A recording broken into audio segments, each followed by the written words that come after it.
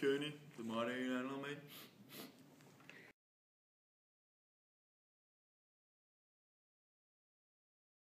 Fortæl mig lidt om din barndom, Kenny. Jeg voksede op i Gellerupparken, i Aarhusområdet.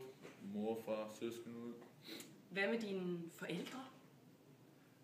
Jeg havde en del søskende, og så var ikke altid så meget opmærksomhed til mig, ikke? Har du nogensinde haft en følelse af ikke at være anerkendt? Og hvordan reagerede du på det? Mine forældre har aldrig rigtig bakket op om mig. Og sådan noget.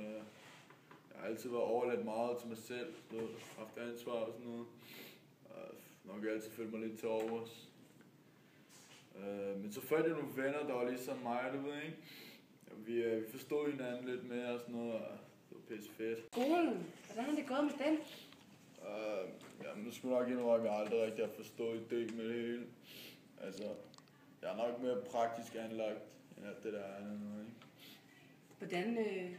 Hvordan fik det dig til at føle? Jeg blev nok meget frustreret, ikke? Jeg følte ikke rigtig til i samfundet og sådan noget. Jeg fik nok gjorde jeg rimelig ustyrlig i timerne i skolen og sådan noget. Men de fatter jo ingenting med.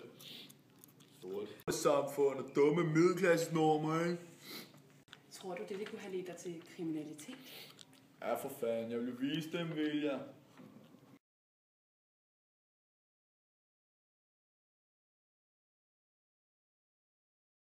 Kenny, jeg kan se, at her med de straffeattester, vi sidder her, at du ikke, den er ikke helt pletfri.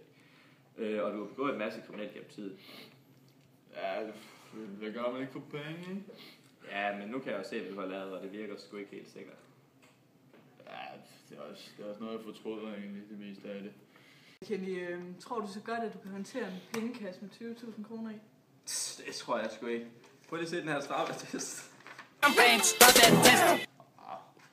Wow. Ja, wow. Du har jo lavet en helt håndfuld butikstyverier. Ja, det er også fordi, jeg har også en hel masse homies, der går på Wings, ikke? Jeg har mange penge og fede ting og sådan noget. Og jeg var lidt så dømme, jeg vil gerne bruge det til det hele, ikke? Så du anvender altså illegale metoder til at opnå materielle goder? Ja, det kunne man godt sige. Så synes jeg sgu ikke, det er så smart, at du ansætter Kenny, da han ikke har ændret sine kriminelle vaner siden 8. klasse. Nej. Bum. Ja, hvis det er sådan, de tænker om mig, ikke, så løber jeg sgu da bare op til at fordre, når man går ud og ruller damer eller sådan noget, ikke?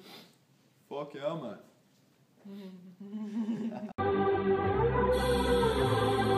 Sorte penge, fuck SU.